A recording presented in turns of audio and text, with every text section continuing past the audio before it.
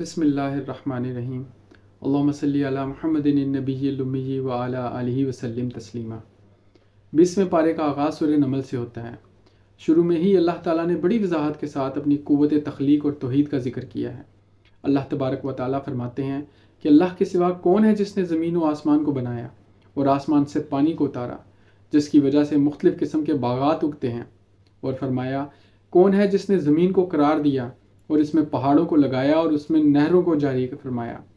کیا اللہ کے سوا بھی کوئی الہ ہے؟ پھر پوچھا اللہ کے سوا کون ہے جو بے قراری کی حالت میں کی گئی دعاؤں کو سننے والا ہو، جو تکلیف پہنچتی ہے اس کو دور فرمانے والا ہو؟ اور اللہ کے سوا کون ہے جو خشکی اور رات کی تاریکیوں میں انسانوں کی رہنمائی فرمانے والا ہے؟ اور کون ہے جو خوشخبری دینے والی ہواؤں کو بھیجنے والا ہو؟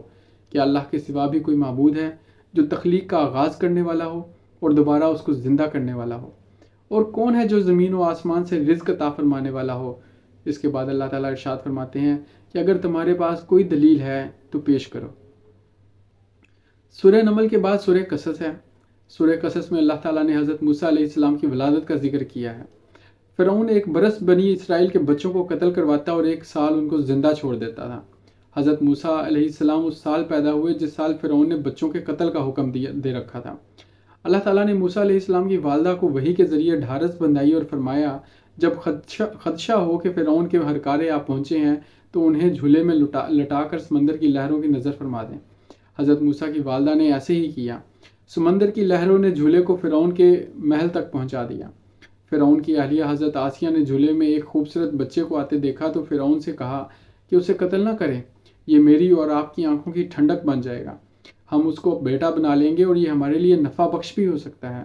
ادھر موسیٰ علیہ السلام کی بہن بھی جھولے کے ساتھ ساتھ فرعون کے محل تک پہنچ گئیں۔ چنانچہ بچے کو دودھ پلانے کی تلاش ہوئی تو اس لمحے حضرت موسیٰ علیہ السلام کی بہن آگے بڑھی اور کہنے لگیں کہ کیا میں آپ کو ایک ایسے خانوادے سے آگاہ نہ کروں جو آپ کے لیے اس بچے کی کفالت کر دے؟ فرعون آمادہ ہو گیا۔ یوں اللہ تعالیٰ نے حضرت موسیٰ کو ان کی والدہ سے ملا دیا۔ اللہ تعالیٰ کی قدرت کا عجیب منظر ہے کہ دشمن موسیٰ کی والدہ کو دودھ پلانے کی اجرت دے رہا تھا۔ جب آپ جوان ہوئے تو اللہ تعالیٰ نے ان کو علم و حکمت سے بہرور فرمایا۔ ایک دن حضرت موسیٰ شہر میں داخل ہوتے ہیں تو کیا دیکھتے ہیں کہ فرعون کے قبیلے کا ایک آدمی بنی اسرائیل کے ایک آدمی کے ساتھ لڑ رہا تھا۔ بنی اسرائیل کے آدمی نے جب موسیٰ علیہ السلام کو دیکھا تو اپنے ساتھ ہونے والے ظلم کی دہائی دی۔ حضرت موسیٰ نے بنی اسرائیل کے آدمی کی حمایت میں فرعون کو ایسا گھونسا رسید کیا کہ وہ ڈھیر ہو گیا۔ یقیناً یہ قتل صحب تھا۔ آپ علیہ السلام نے پروردگار عالم سے توبہ و استغفار کی جسے اللہ تعالیٰ نے قبول فرما لیا۔ اگلے دن پھر وہ ڈرتے ڈرتے شہر میں داخل ہوئے تو وہی بنی اسرائیلی کسی اور سے گتھم گتھا تھا۔ آپ نے اس کی مدد کے لیے ہاتھ اٹھایا تو وہ سمجھا کہ آپ اسے مارنے لگے ہیں۔ اس ہڑبڑاہٹ میں اس نے کل کے قتل کا بھانڈا پھوڑ دیا۔ اسی اثنا میں موسیٰ علیہ السلام کو اس بات کی اطلاع ملی کہ فرعون کے ہرکارے ان کو تلاش کر رہے ہیں۔ آپ نے اللہ تعالیٰ سے رہنمائی طلب کی۔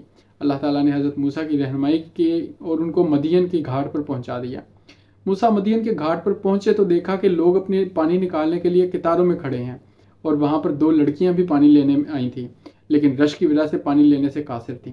حضرت موسیٰ نے ان کے لیے پانی نکالا اور ایک طرف ہٹ کر سائے میں بیٹھ گئے۔ بھوک اور پیاس محسوس کی تو پروردگار عالم سے دعا مانگی، اے میرے پروردگار تو میری جھولی میں خیر کو ڈال دے۔ دعا مانگنے کی دیر تھی کہ یکایک انہی 2 لڑکیوں میں سے ایک لڑکی انتہائی شرم و حیا کے ساتھ چلتی ہوئی حضرت موسیٰ کے پاس آئی اور کہا کہ میرے بابا آپ کو بلا رہے ہیں تاکہ جو آپ ہمارے کام آئے ہیں اس کا آپ کو صلہ دیا جا سکے۔ حضرت موسیٰ علیہ السلام مدین کے بزرگ شخص کے پاس پہنچے جو کہ بعض مفسرین کے مطابق حضرت شعیب علیہ السلام تھے۔ آپ نے ان کو اپنے حالات سے آگاہ کیا تو حضرت شعیب نے کہا کہ آپ میرے پاس رہیں، اور آپ نے حضرت موسیٰ کی شادی بھی اپنی بیٹی سے کر دی۔ 10 برس کے بعد حضرت موسیٰ نے وطن واپسی کا ارادہ کیا۔